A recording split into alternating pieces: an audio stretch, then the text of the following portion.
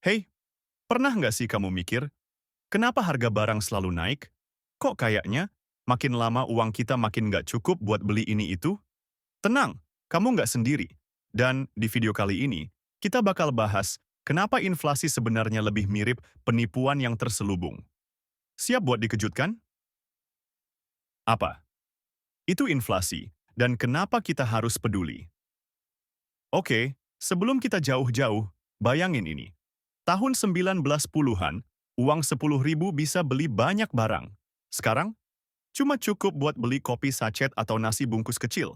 Itu karena inflasi. Jadi, inflasi itu apa? Sederhananya, inflasi adalah kenaikan harga barang dan jasa secara umum. Tapi pertanyaan yang lebih penting adalah, siapa yang diuntungkan dari ini? Siapa dalang di balik inflasi? Nah, ini dia bagian menariknya. Inflasi itu nggak datang dari langit. Ini hasil dari kebijakan yang diatur oleh bank sentral dan pemerintah.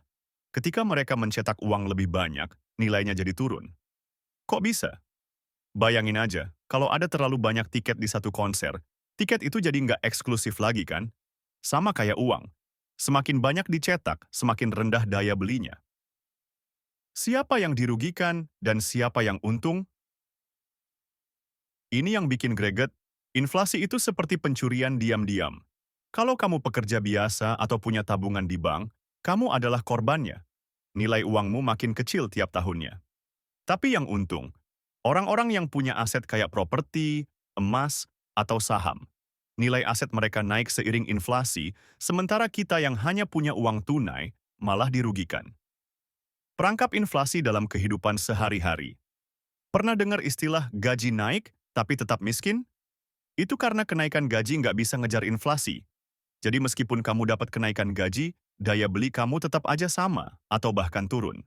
Dan yang lebih parah, inflasi bikin kita terus terjebak dalam siklus kerja keras tanpa hasil yang signifikan. Solusi, jangan hanya simpan uang.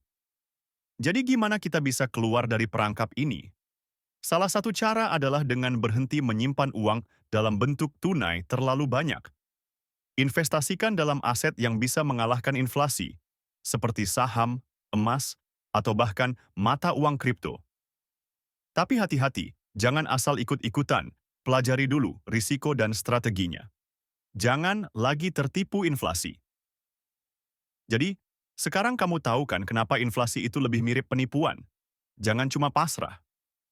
Uangmu berhak bekerja keras sekeras kamu bekerja. Pastikan kamu belajar lebih banyak soal investasi dan cara mengelola uang biar nggak terus-menerus jadi korban.